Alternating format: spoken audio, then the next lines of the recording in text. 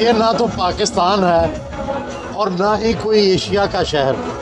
मैं मशरक़ी यूरोप के मुल्क हंगरी के दारुल खिलाफा दारुल हुकूमत बुडापेस्ट में बैठा हूँ और ये यहाँ पीछे मशरक़ी मौसीकी कवालियों और गानों की आवाज़ें आ रही हैं। मशरक़ी खाने हैं, मगरबी और यूरोपी लोग जो हैं वो मशरक़ी धुनों पे डांस कर रहे हैं। ये सब इस नौजवान में जो 15 साल पहले बेरोज़गार निहत्ता यहाँ आया, ज़ाहिद महमूद, ये सारा मेला उसने सजाया है और हर साल कश्मीर पे ये मेला कई दिन जारी रहता है। यहाँ की ट्राम बंद हो जाती है, यहाँ म्यूनसिपल कमेटी जो है वो उसको सहूलत मुहैया करती है और यहाँ के लोग इकट्ठे होके कई दिन मौसीकी से, पाकिस्तानी खानों से, कश्मीरी खानों से और पाकिस्तानी कल्चर से मुस्तफ़ीद होते हैं। ये आइडिया क्या है, ज़ाहिद महमूद और उनके ख़ानदान के लोग यहाँ कैसे पहुँचे और किस तरह एक पूरी बाज़ार को कश्मीर बाज़ार बना दिया जिसमें कई मुख्तलिफ़ किस्म की दुकानें हैं। तो आइए ज़ाहिद महमूद से पूछते हैं ये कैसे हुआ, किस तरह मुमकिन हुआ। ज़ाहिद साहब क्या हाल है? ठीक है अल्हम्दुलिल्लाह जी, ठीक ठाक है। ज़ाहिद साहब जेलें भी काटी, धक्के भी खाए, मेरा ख्याल है भूखे भी रहे होंगे। ज़ाहिर है जी, ये सब मरहले कैसे पूरे हुए? देखें जब हर चीज़ तो लगा ही रहता है, लेकिन चलो नसीब में जो होता है वो मिलता है। फिर यहाँ क्या हुआ? यहाँ जेल चले गए? नहीं, वो ग्रीस में भी जेल काटी, सर्बिया में भी जेल काटी और हंगरी में तो 6 महीने जेल काटी है। अच्छा, यहाँ पे सबसे लंबा पीरियड, उसके बाद एक कैंप, फिर दूसरा कैंप, क्योंकि घर तो नहीं था, कैंप में रहना पड़ता था। एक कैंप में कुछ महीने, एक में, फिर दूसरे में 7 महीने एक और कैंप में, ऐसे करते करते फिर 17 महीने के बाद बुडापेस्ट पहुँचे यहाँ पे। फिर आपने यहाँ शादी कर ली? बस बीच में वो भी एक हादसा हो गया तो उसके बाद फिर एक बेटा भी पैदा हो गया? अभी तो वो 12 साल का हो गया। अच्छा, वो भी आपसे मिलता है? इधर ही नहीं, इधर कहीं वो साथी अभी इधर ही हमारे साथ ही होता है। फिर कब कितनी भूख, कितनी प्यास बर्दाश्त की, कितने मुश्किल दिन बर्दाश्त किए और कब पहला ऐसा दिन आया जब हालात ठीक हो गए? असल में वो सब कुछ भूल गया अभी, क्योंकि जब हालात ठीक हो जाए ना तो पिछला थोड़ा उस पर पर्दा पड़ जाता है। तो मुश्किल हालात भी देखने पड़े रास्ते में। आप समझते हैं कि जो पोजीशन होती है खास करके ईरान में, तुर्की में, वहाँ से तो बहुत मुश्किल होती है। तो चलो यूरोप में आ गए, फिर इधर ही आए और इन्होंने एज ए रेफ्यूजी एक्सेप्ट कर लिया था। और यहाँ पे भी हमारे पास पैसे नहीं होते थे, इस वजह से कैंपों में रहना पड़ता है। तो उस वक्त तो बंद कैंप थे, पहले 6-7 महीने जेल काटनी पड़ी, फिर वहाँ से छोड़ा इन्होंने, फिर इन्होंने एक्सेप्ट कर लिया एज ए रेफ्यूजी, क्योंकि कश्मीरी को प्रायोरिटी देते हैं ना, इस वजह से। फिर उसके बाद लैंग्वेज सीखी, इधर ही चलते गए, स्ट्रगल करते गए इधर ही। तो चलो थोड़ा लैंग्वेज ये था कि लैंग्वेज मैंने जल्दी सीख ली, उसकी वजह से मुझे काफ़ी एडवांटेज हुआ कि मेरा आगे। अब आपने यहाँ कितनी कश्मीरी दुकानें बनाई हैं, कितने ख़ानदान के लोगों को यहाँ ले आए हैं?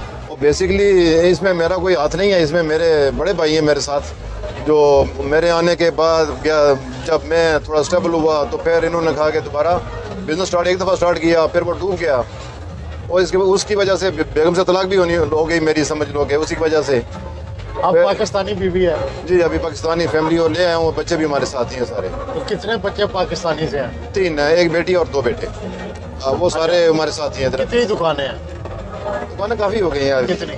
10-12? 10-12 तो है ना, ये तो नॉर्मल ही है 10-12। अच्छा, और कितने पाकिस्तान से आपके दोस्त रिश्तेदार आ गए? खासकर सिस्टर हमारी, भाई, हम सारे इधर ही हैं, बच्चे भी, अम्मी हमारी, वो भी सारी फैमिली इधर ही है तकरीबन ना, हमारी सारी मोस्टली फैमिली इधर ही है सारी। और इसके अलावा गांव के काफ़ी रिश्तेदार भी हमारे, वो भी इधर ही हमारे साथ। ये कश्मीर के ऊपर हर साल मेले का ख्याल किसे आया?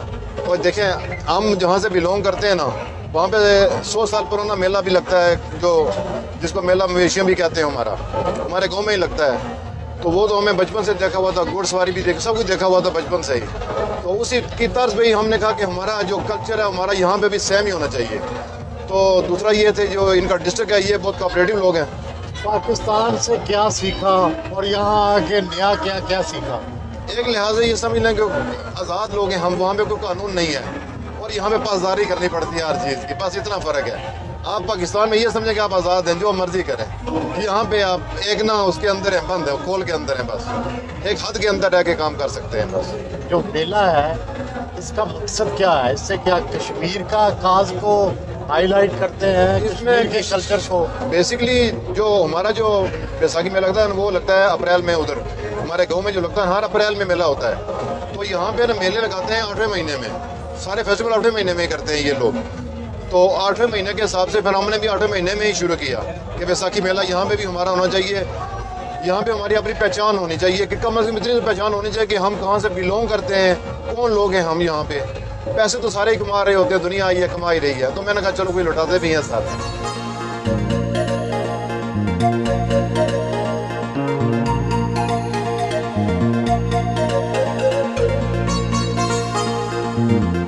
जाहिद साहब, आप ये बताएं कि ये शादी आपकी कब हुई, कैसे, किन हालात में हुई?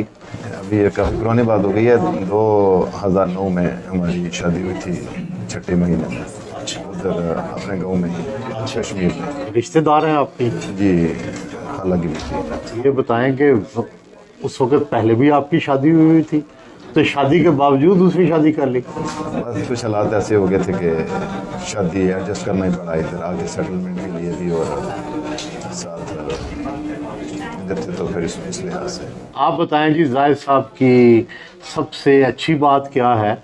और आपको तो पता था इनकी यहाँ शादी हुई है, एक बेटा भी है, आपको अच्छा लगा कि उस पर कोई एतराज़ किया? पता तो चल गया था शादी की है, लेकिन फिर बेटा था मेरा एक, ज़ाहिर है। फिर मैंने कहा अब बच्चा है तो फिर इसको लेके भी कहीं जाऊंगी तो इसको बाप का प्यार नहीं मिलेगा, तो इस वजह से फिर मैंने कहा चलो।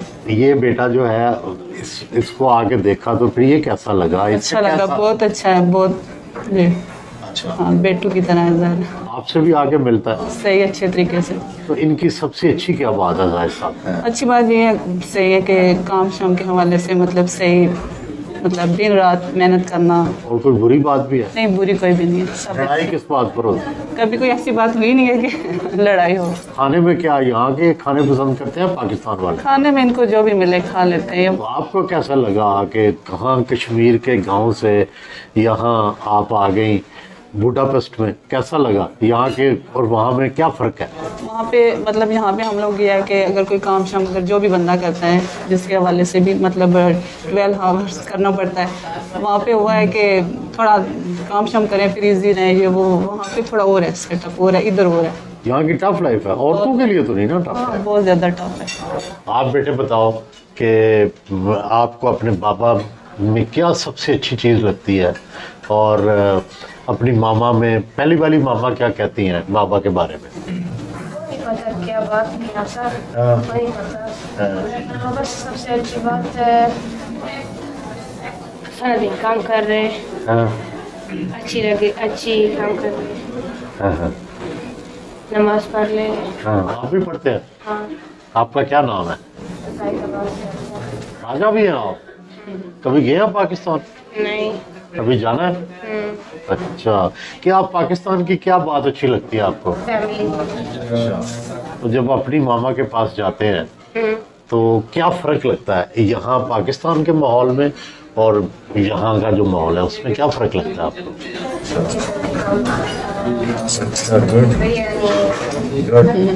कितने दिन बाबा के साथ रहते हैं और कितने दिन मामा के साथ? एक वीक गुजरे मामा के, पास और 2 दिन खाने पास। ज्यादा कौन सा एंजॉय करते हैं? दोनों का enjoy? क्या फर्क लगा है यहाँ और वहाँ से? उधर हर चीज़ खुली डुली होती है, अच्छा, यहाँ पे इतना बड़ा नहीं है। यहाँ छोटी चीजें हैं, वहाँ घर भी बड़े हैं, घर भी बड़े हैं, जमीनें भी बड़ी बड़ी खुली हैं, यहाँ जरा तंग है। तो ये बताओ कि बाबा की सबसे अच्छी चीज क्या है? सारी चीज़ें अच्छी लगती हैं बाबा की क्या अच्छी बात लगती है? कि काम करते हैं, काम करते हैं। मामा से ज्यादा प्यार है या बाबा से? दोनों से बराबर। जाहिद साहब की सबसे अच्छी बात क्या है? सबसे अच्छी बात यह है कि जो कुछ बोलना होता है मुंह पे बोल देते हैं, पीछे नहीं कुछ बोलते। जो अच्छी हो बुरी हो जो भी बात हो मुंह पे। बुरा नहीं लगता? मुंह पे तो बुरा लगता। नहीं, बुरा नहीं लगना चाहिए। सबसे बात अच्छी यही होती है कि कोई मुंह पे बोले तो बंदे को आगे से वो बंदे को करना चाहिए कि ये बहुत अच्छी बात है कि मुंह पे बोले।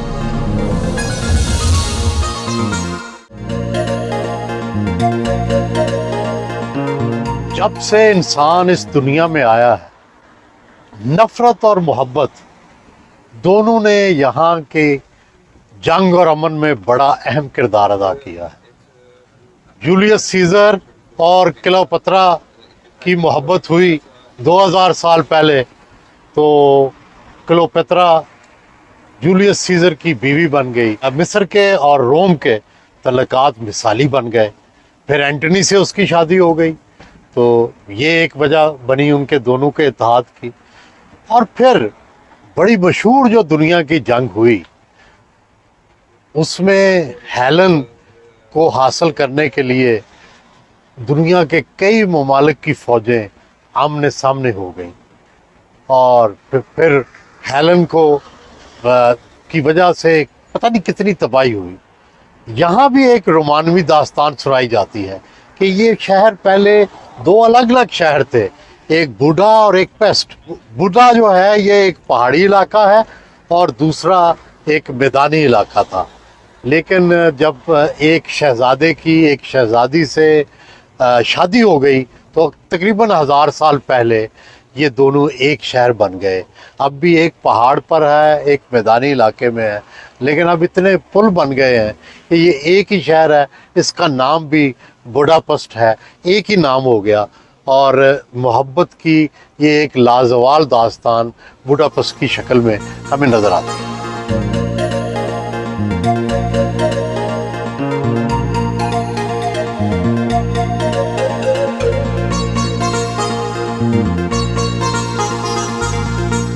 सारी दुनिया की तरह कभी हंगरी में भी बादशाहत होती थी। ये 800 साल पुराना महल उसी ज़माने की यादगार है। इसमें सोवियत यूनियन के दौर में और मुख्तलिफ अदवार में तब्दीलियाँ भी होती रहीं। यहाँ पे जब 150 साल सल्तनत उस्मानिया का दौर रहा, उस ज़माने में भी ये महल आबाद रहा। और अब इसको आर्ट गैलरी बना दिया गया है। यहाँ फ़नपारों की नुमाइश होती है, यहाँ पर कल्चर जो है उसको प्रमोट किया जाता है। यहाँ पे सारे हंगरी में, बल्कि यहाँ के ख़ासकर जो मशरक़ी यूरोप है, यहाँ आज भी थिएटर बड़ा मकबूल है। आप किसी भी 50 साल से ऊपर शख्स से मिलेंगे तो वो थिएटर के बारे में बात करेगा। जबकि अगर पाकिस्तान से कंपेयर करें तो वहाँ हमारे यहाँ जो थिएटर है वो इतना ज़्यादा पॉपुलर नहीं रहा। और यहाँ कॉमेडी थिएटर बहुत पॉपुलर है। लोग जो हैं वो शाम को जब थक हार जाते हैं तो वो एंजॉय करते हैं। पुरानी जो बिल्डिंग्स हैं, जो तारीखी बिल्डिंग्स हैं, उनको मेंटेन रखने के लिए, रिस्टोर करने के लिए आर्ट्स की चीज़ें रखी हैं वहाँ पे। उनको म्यूज़ियम बनाया है, वहाँ पे एग्जीबिशंस होती हैं और वहाँ पे टूरिस्ट जो है उनकी एक्सेस होती है, जिससे उनका मामला चलता रहता है। जो पाकिस्तान की तारीखी इमारतें हैं, तारीखी किले हैं या बाकी जो पुराने घर हैं, उनको भी अगर यही रंग दिया जाए तो शायद वो ज़्यादा कारआमद हो जाए।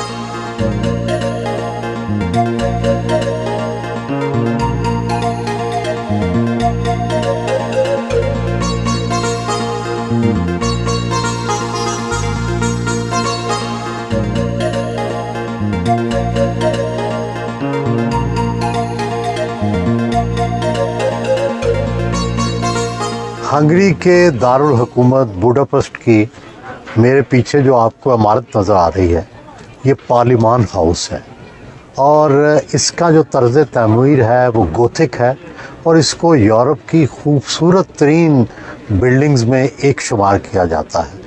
और यहाँ का जो सियासी निज़ाम है वो पार्लिमानी निज़ाम है, जिसमें 4 दफ़ा एक ही हुकूमत जीती है। वो कौम परस्त और थोड़ी सी क़दामत पसंद पार्टी है जो कि LGBT जो है उसको उसने बैन किया हुआ है, ना स्कूलों में पढ़ाने की इजाज़त है, लेकिन इमिग्रेंट्स के भी ख़िलाफ़ है। ये यूरोप के उन चंद ममालिक में है जिनमें सीरियन जो है उनको भी जगह नहीं मिली थी और यहाँ पाकिस्तानी भी सिर्फ चंद हज़ार हैं। कुछ स्टूडेंट्स मिला के 3-4 हज़ार में शामिल हो जाते हैं। यहाँ पर 27% जो है वो हर बंदे से टैक्स लिया जाता है, जो कि यूरोप के किसी भी मुल्क से निस्बतन ज़्यादा है। लेकिन यहाँ पर जो ट्रांसपोर्ट की फैसिलिटी है, यहाँ पर जो तरक्की है, उसकी वजह से लोग खुशी से वो टैक्स अदा करते हैं। ज़ाहिर है बिज़नेसमैन को तो शिकायत होती है कि उनका बहुत ज़्यादा हिस्सा टैक्स पे चला जाता है। यहाँ पे बहुत सारी चीज़ों से यूरोपीय पार्लियामेंट से भी इस हुकूमत को इख्तलाफ रहता है और ये अपने ख़ासकर मीडिया की आज़ादी पे भी इनसे शिकायत रहती है और भी कई पाबंदियों पे यूरोपीय पार्लियामेंट एतराज़ करती रहती है।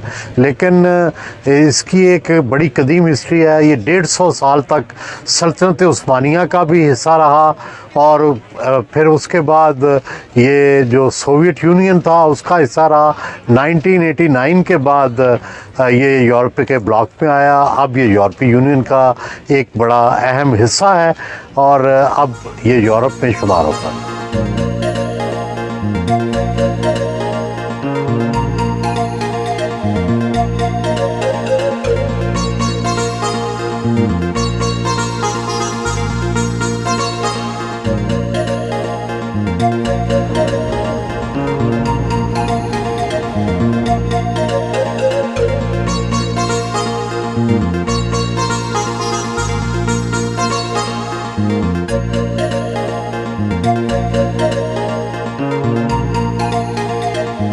मेरे पीछे यूरोप का दूसरा बड़ा दरिया डेनोब नज़र आ रहा है।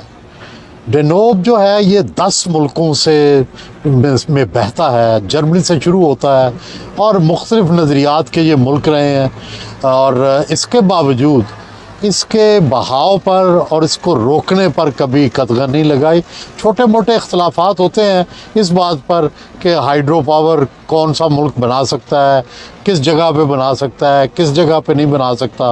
बाज़ औक़ात बॉर्डर पर तनाज़ात भी होते हैं, मगर जिस तरह भारत और पाकिस्तान के इंडस वाटर ट्रीटी का हाल किया गया है, भारत ने एक तरफ़ा तौर पर रोक कर, वो बिल्कुल यहाँ पे तस्वुर ही माल है। अपर राइबेरियन या लोअर राइबेरियन, यानी जहाँ से दरिया बहता है और जहाँ तक ये पहुँचता है, हर जगह के लोग, हर मुल्क के लोग इससे मुस्तफ़ीद होते हैं, लुत्फ़अंदोज़ होते हैं और कोई तनाज़ा भी नहीं है। क्या भारत को इस मिसाल से सीखना चाहिए? क्या यहाँ पर जहाँ से दरिया बहते हैं, क्या वो उनको रोक कर दूसरे मुल्कों को इससे महरूम कर सकते हैं? ये सोचना भी गलत है। लेकिन पता नहीं क्यों भारत ने ये किया है, जो कि ना मुमकिन है, ना दुनिया की सोच में ही आ सकता है।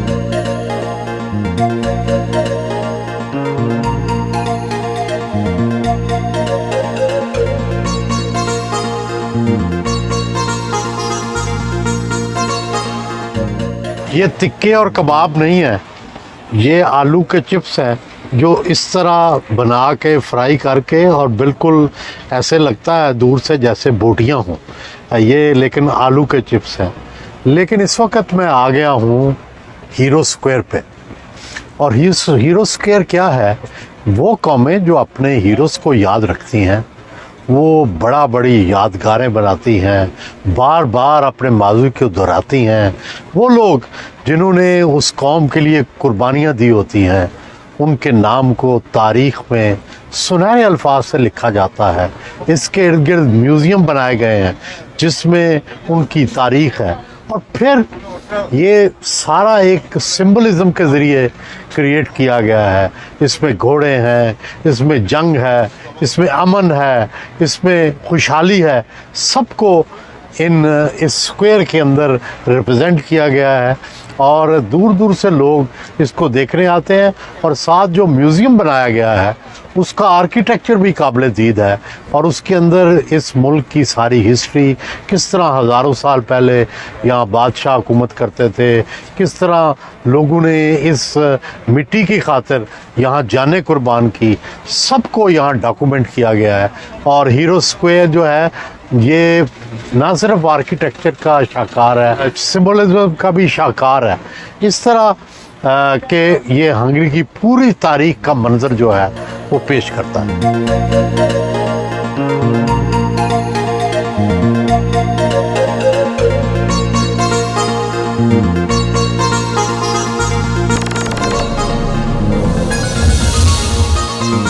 जवेल साहब, आप यहाँ फैमिली हेड भी हैं कश्मीरी फैमिली के, जायद के बड़े भाई भी हैं।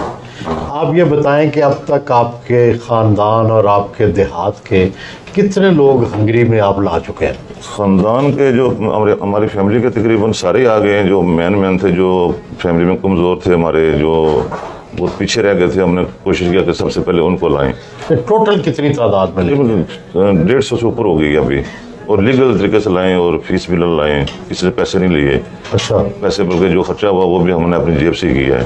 आप पहले सऊदी अरब में क्या काम करते थे? सऊदी अरब में वहाँ में टैक्सी चलाई है कुछ अर्सा, बाद में दुबई में चलाया था। दुबई में वहाँ पे मोबाइल का बिजनेस था मेरा छोटा मोटा। और इससे पहले पाकिस्तान में क्या करते थे? पाकिस्तान में ये शादी ब्याह की मूवी इसकी एडिटिंग करता था। अच्छा। तकरीबन 20 साल वो काम किया मैंने। तो यहाँ आके फिर आप क्या बिजनेस कैसे चला रहे हैं? बिजनेस अल्हम्दुलिल्लाह जायद भाई हैं, वो बना रहे हैं, तो पीछे मैं मैनेज कर रहा हूँ। जब भी कोई नया बिजनेस बनाते हैं, जो भी होता है वही करते हैं, तो मैं उसको रन करता हूँ, पीछे बंदे साथ आके चलाते हैं, बस मिलजुल के हम कर रहे हैं। कितने बंदे मुलाजिम है आपके पास? अल्हम्दुलिल्लाह इस टाइम 50 से ऊपर हैं। 5 कंपनियाँ हमारी। और क्या क्या करते हैं आप? यहाँ पे हमारे काफ़ी सारे हैं। डेंटल क्लिनिक है, और 2 ग्रोसरी शॉप हैं, सुपर मार्केट हैं, उसके अलावा 4 होटल हैं, रेस्टोरेंट खाने पीने के। उसके बाद एक कॉस्मेटिक की शॉप है, एक मोटरसाइकिल बाइक जो रिपेयरिंग करते हैं, कार वॉश है, उसके बाद सैलून है, जो एक साथ लॉन्ड्री है जी। तो 12-13 बिजनेस है हमारे इस टाइम सारे। अच्छा, ये फरमाएं कि आप पाकिस्तानी सियासत में भी दिलचस्पी रखते हैं, वहाँ भी आते जाते हैं जी। क्या आपका पाकिस्तानी सियासत में कितना आपके यहाँ राब्ता है? आप यहाँ मुस्लिम लीग नून के भी सदर हैं जी सर। और पाकिस्तानी सियासत में भी कोई किरदार अदा करना चाहते हैं? जी सर, जो यहाँ का जो सदारत का मसला हुआ कि यहाँ पे ना हमारी जो मुस्लिम लीग नून की ना पार्टी बनी नहीं थी, तो वो उस पर मैंने वार किया काफ़ी।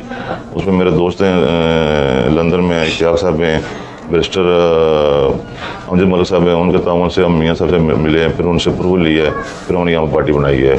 बाकी जो हम पाकिस्तान का तल्लुक है, वहाँ पर वो जो मैं अपने हल्के के अंदर है जो उसके लिए कर रहा हूँ। हमारे आज़ाद कश्मीर में आपका? जी जी। कौन सा हल्का है? हल्का L13 हल्का 6 खुरटा। तो क्या करना चाहते हैं आप? पाकिस्तान जाके इलेक्शन लड़ेंगे या यहीं से बैठ के पाकिस्तान के लिए कुछ करेंगे? नहीं, मैंने इलेक्शन नहीं खुद लड़ना, ना मेरा कोई दिलचस्पी है। मैं ये चाहता हूँ कि जो हल्के के अंदर हमारे जो बंदा ऐसा आए जो हमारे लोग हैं वहाँ के जो मसाइल हैं वो हल करे, तो उसके लिए एक लड़का हमारा है। कोई आप पाकिस्तान और हंगरी में मुस्तकबिल में कोई बिजनेस या कोई ऐसी चीज़ का रास्ता देखते हैं जिससे पाकिस्तान को भी फ़ायदा हो, हंगरी को भी फ़ायदा हो? अल्हम्दुलिल्लाह यहाँ पे पहले ऑलरेडी चल रहा है, इनका मोल का भी है, पाकिस्तान और हंगरी का ऑलरेडी बिजनेस चल रहा है। अच्छा, वो क्या करती है कंपनी? है पेट्रोल और ये जो अच्छा इनका आपस में काफ़ी पाकिस्तान में है जो मोल के पंप हैं, ये हंगरी के इनका आपस में है कोऑर्डिनेशन का, पहले से बिजनेस चल रहे हैं इनके। तो मज़ीद में हम कोशिश करेंगे उसमें जो अगर बेहतरी आती है हम अपना जो किरदार अदा करेंगे, कोशिश करेंगे जो भी हुआ। छोटे त्यारे भी सुना है वहाँ पे एक फ़ज़ाई कंपनी चलाना चाहती है। जी जी, वहाँ पे ये इनकी अपनी कंपनी एक शुरू कर रहे हैं, मेरे ख्याल में तकरीबन 2-4 महीने तक होता शुरू हो जाएगा पाकिस्तान में डायरेक्ट फ्लाइट यहाँ से जाएगी।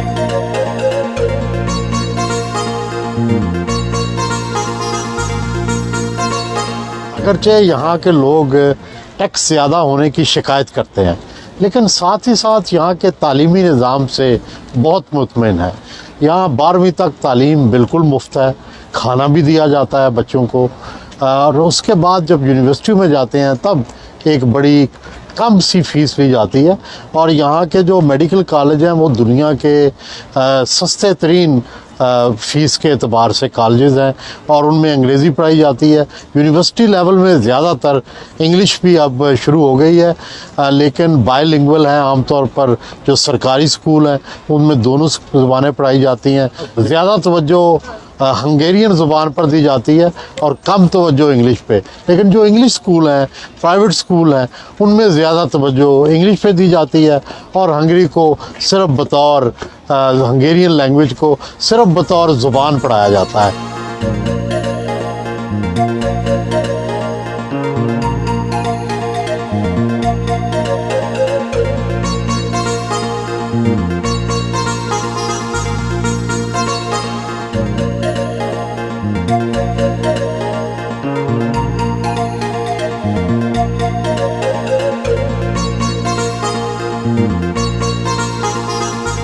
मशरक़ी यूरोप के मुल्क हंगरी का ये शहर बुडापेस्ट इसके बारे में मशहूर है कि जिसने ये मेरे पीछे वाक़े न्यूयॉर्क रेस्टोरेंट को नहीं देखा, उसने बुडापेस्ट नहीं देखा। बिल्कुल उसी तरह जिस तरह कहते हैं कि जिसने लाहौर नहीं देखा वो जमे ही नहीं, तो इसी तरह बुडापेस्ट के इस खूबसूरत तारीख़ी रेस्टोरेंट जो है इसको भी इसी तरह का मकाम दिया जाता है। इसकी आराइश, इसकी तारीख़, इसमें कौन कौन लोग आए, अमरीकी सदूर आए, दुनिया भर के जो सरमाए मुमलकत है, जो भी यहाँ आता है वो एक दफ़ा चाय, कॉफ़ी या स्वीट यहाँ आकर ज़रूर चखता है।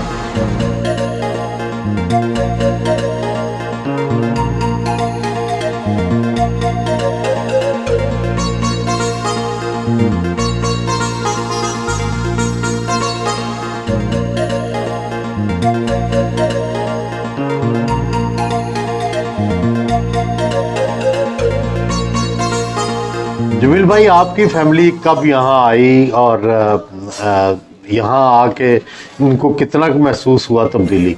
मेरी फैमिली को तकरीबन 5 साल हो गए हैं पूरे यहाँ पे।